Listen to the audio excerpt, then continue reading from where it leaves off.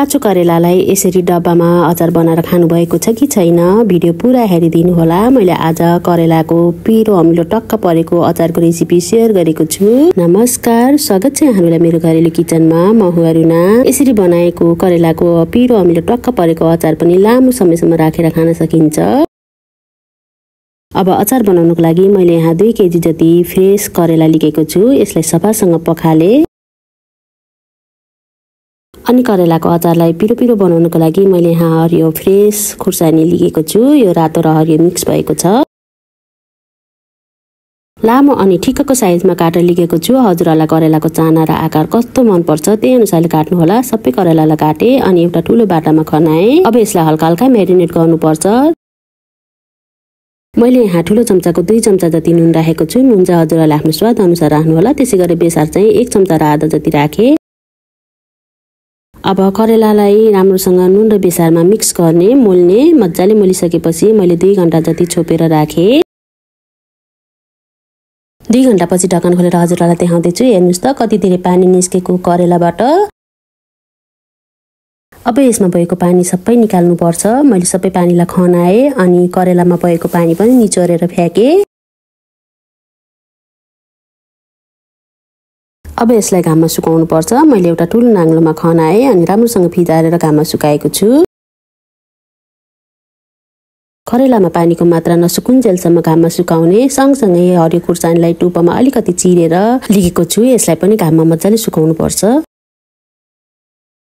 करेला र खुर्सानीलाई दिनभरि घाममा सुकाएर यतिको भएको छ। अब यो अचार हाल्न योग्य भएको छ। करेलालाई एकै ठाउँमा जम्मा गरेर एउटा ठुलो मिक्सिङ बलमा खनाए। घाममा सुकाएको खुर्सानीको चाहिँ भेट्नु फ्याक्नुपर्छ। सबैको भेट्नु फ्याकेर मैले अघि मिक्सी बलमा राखेको करेलामाथि राखे। अब करेला र खुर्सानीलाई साइडमा राख्ने।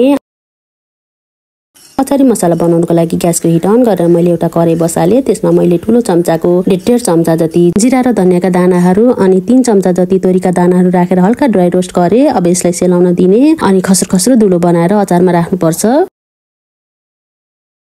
अब अचारलाई मोल्नका लागि मसलाहरू राख्दै जाउँ। मैले नुन राखे। नुन राख्दाखेरि हजुरहरूले पहिला नै नुन राख्नु भएको छ नि त, त्यही भएर अलिक ख्याल गरेर राख्नु होला। मैले 1 चम्चा जति राखे। सँगसँगै मैले बेसार पनि 1 चम्चा राखे अनि अघि बनाएको मसलाको धुलोलाई राखे। यतिको खस्रो खस्रो धुलो बनाएको छु।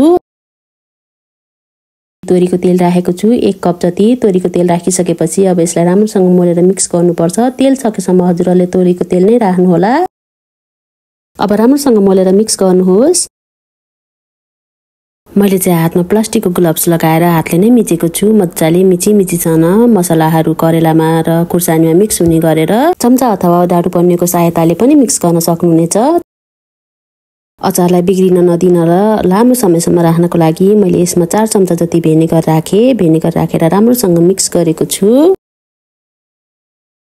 मिचिकन मसलाहरूमा मिल्ने गरेर यसरी मिक्स गरिसकेको छु। यसरी बनाएको अचार एकदमै स्वादिलो हुन्छ। अब यो अचार डब्बामा राख्नलाई रेडी भइसकेको छ। मैले सफा अनि सुक्खा सिसाको डब्बामा खनाउँदै छु। हजुरहरूले पनि सकेसम्म सिसाको डब्बामा नै अचार राख्नु होला। सुरुमा मैले थोरै थोरै गरेर 3-4 चोटिसम्म राखे अनि मजाले हातले खादेको छु अनि फेरि त्यसरी नै थोरै थोरै गरेर 3-4 चोटि राखे अनि फेरि हातले नै खादेको छु। यसरी नै डब्बामा अटे जति सबैलाई थोरै थोरै राख्दै खाँदै गरेर अचार सबै राखिसके। यो चाहिँ अलि नबरी गरेर राख्नुपर्छ। फेरि पछि यसमा भएको तेल उम्लेर जान्छ नि त। डब्बाको वरिपरि लागेको मसलाहरू टिस्यु पेपरको सहायताले पुस्ने अनि राम्रोसँग हावा नछिर्ने गरेर ढक्कन लगाएर दिनभरि घाममा सुकाउने अनि राति भएपछि भित्र लगेर राख्ने। यसरी नै 6-7 दिन जति घाममा सुकाइसकेपछि यो खान योग्य हुन्छ।